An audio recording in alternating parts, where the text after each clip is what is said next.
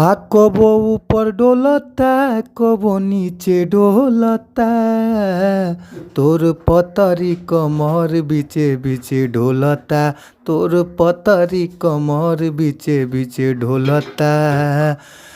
कबो आगे डोलता कबो पीछे डोलता, तोर पतरी कमर बीचे बीचे ढोलता, तोर पतरी कमर बीचे बीचे ढोलता।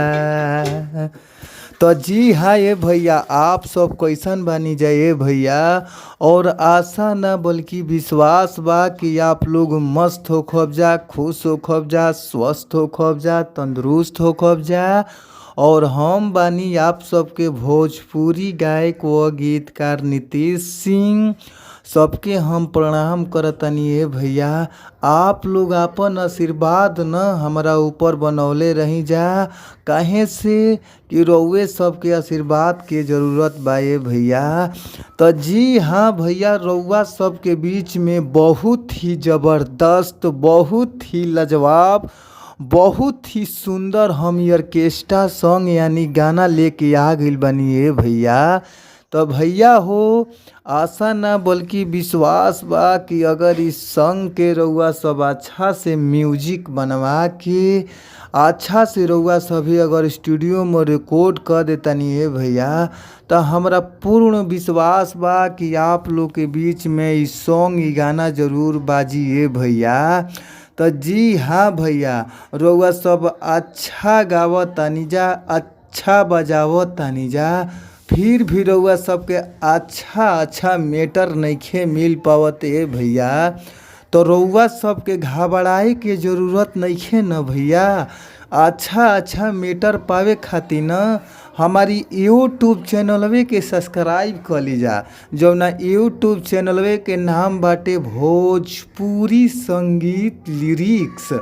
तो ए भैया, हमारी यूट्यूब चैनल के सब्सक्राइब करके घंटी के बेल आइकन दबा ली जाए भैया। और घंटी के बेल आइकन रउआ सब अगर दबा लेतानी जा, तो कोनो भी वीडियो अगर हम अपलोड करत तानी डालत तानी है भैया, तो सबसे पहले रउआ सबके भीरी नोटिफिकेशन पहुँच जाई। तो आप लोग सब्सक्राइब कर के न घंटी के बेल आइकन दबा लीजा भैया। और आई जा हमने के चलल जाओ अपन मुखड़ा के ओर। और ई ट्रैक पर गाना बाटे, जोना ट्रैक के नाम बाटे जे कि ई बीजे चौहान के गाना बाटे भैया, कि मोबिल डालता, वही ट्रैक पर ई गाना बाटे भैया।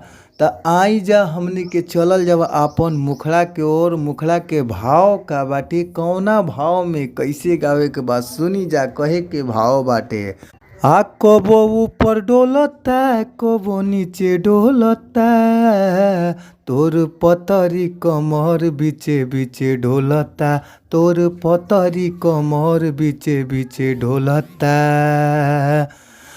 कबो आगे डोलता कबो पीछे डोलता, तोर पतरी कमर बीचे बीचे ढलता, को तोर पतरी कमर बीचे बीचे ढोलता। तो जी हाँ ये भैया, रउआ सबकी सॉन्ग अच्छा लागता, मस्त लागता। तो फुल सॉन्ग लेवे खातिर हमारी स्क्रीन पर नंबर बाटे, और नंबर नोट कर लीजा। नंबर बाटे 98 350 77 203।